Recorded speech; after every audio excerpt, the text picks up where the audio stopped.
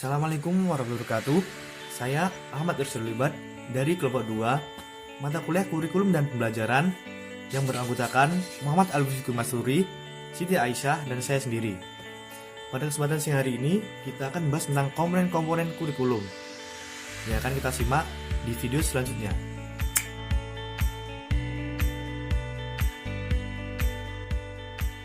Oke, yang pertama yaitu pengertian komponen kurikulum. Komponen adalah bagian yang integral dan fungsional yang tidak terpisahkan dari suatu sistem kurikulum karena komponen itu sendiri mempunyai peranan dalam membentuk sistem kurikulum. Sebagai sebuah sistem, kurikulum mempunyai komponen-komponen. Seperti halnya dalam sistem manapun, kurikulum harus mempunyai komponen lengkap dan fungsional, baru bisa dikatakan baik. Sebaliknya, kurikulum tidak dikatakan baik apabila di dalamnya terdapat komponen yang tidak lengkap dan dipandang kurikulum yang tidak sempurna. Kurikulum sebagai suatu sistem memiliki komponen-komponen yang saling berkaitan antara satu dengan yang lainnya, yakni tujuan, materi, metode, media, dan evaluasi. Komponen-komponen tersebut, baik secara sendiri maupun bersama, menjadi dasar utama dalam upaya mengembangkan sistem pembelajaran. Ada beberapa pendapat yang menegaskan mengenai komponen kurikulum, yaitu dari Ralph W. Taylor, menyatakan ada 4 komponen kurikulum, yaitu tujuan, materi, organisasi, dan evaluasi. Kemudian yaitu komponen-komponen kurikulum. Yang pertama yaitu komponen tujuan. Nah, komponen tujuan adalah komponen kurikulum yang menjadi target atau sasaran yang mesti dicapai dari melaksanakan suatu kurikulum. Kemudian komponen isi atau materi. Komponen ini mempunyai arti yaitu bahan-bahan kajian yang terdiri dari ilmu pengetahuan, nilai, pengalaman, dan keterampilan yang dikembangkan ke dalam proses pembelajaran guna mencapai komponen tujuan.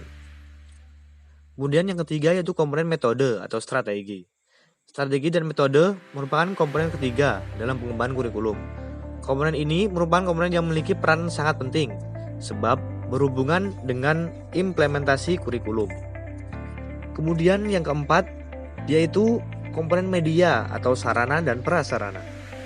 Sarana dan prasarana atau media merupakan alat bantu untuk memudahkan dalam mengaplikasikan isi kurikulum agar mudah dimengerti oleh anak-anak didik dalam proses belajar mengajar.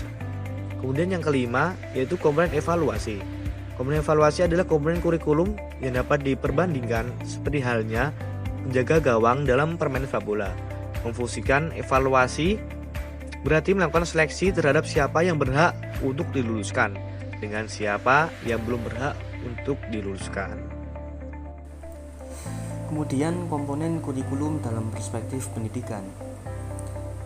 Menurut Taylor mengajukan 4 pertanyaan dan Subandija mengajukan 1 pertanyaan yang kemudian ditemukannya dasar dari komponen kurikulum, yakni yang pertama yaitu tujuan apa yang harus dicapai sekolah, dan yang kedua yaitu bagaimana memilih bahan pelajaran guna mencapai tujuan itu, yang ketiga yaitu bagaimanakah bahan disajikan agar efektif diajarkan, yang keempat yaitu bagaimana cara mengaplikasikan isi kurikulum agar mudah dimengerti oleh peserta didik, dan yang kelima yaitu bagaimana efektivitas belajar dapat dinilai.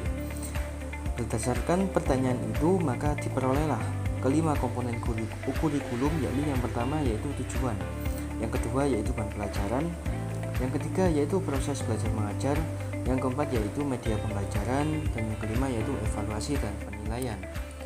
Tidak mudah dalam menentukan pendidikan dan pengajaran, dan tidak mudah pula dalam menentukan bahan untuk mendidik anak agar menjadi manusia pembangunan, jujur, kerja keras, dan sebagainya.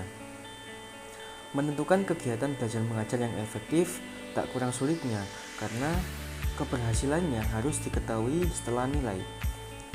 Tiap komponen itu saling berkaitan erat dengan komponen yang lainnya.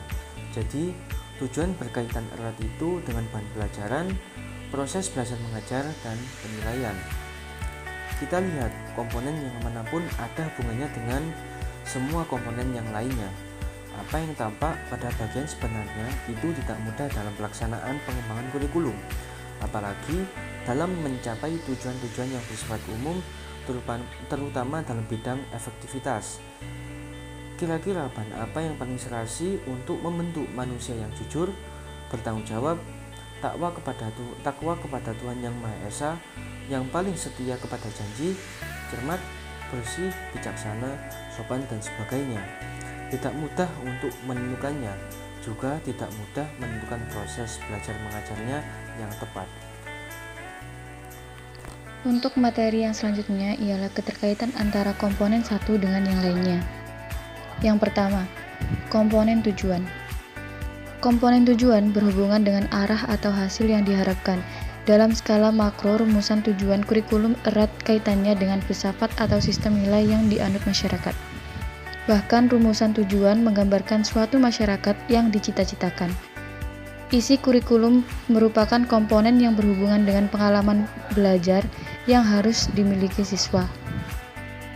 Isi kurikulum itu menyangkut semua aspek baik yang berhubungan dengan pengetahuan atau materi pelajaran yang biasanya tergambarkan pada isi setiap mata pelajaran yang diberikan maupun aktivitas dan kegiatan siswa. Baik materi maupun aktivitas itu seluruhnya diarahkan untuk mencapai tujuan yang ditentukan. Yang kedua ialah strategi berkaitan dengan upaya yang harus dilakukan dalam rangka pencapaian tujuan. Strategi yang ditetapkan dapat berupa strategi yang menempatkan siswa sebagai pusat dari setiap kegiatan ataupun sebaliknya. Strategi yang berpusat kepada siswa biasanya dinamakan teacher-centered. Strategi yang bagaimana yang dapat digunakan sangat tergantung kepada tujuan dan materi kurikulum.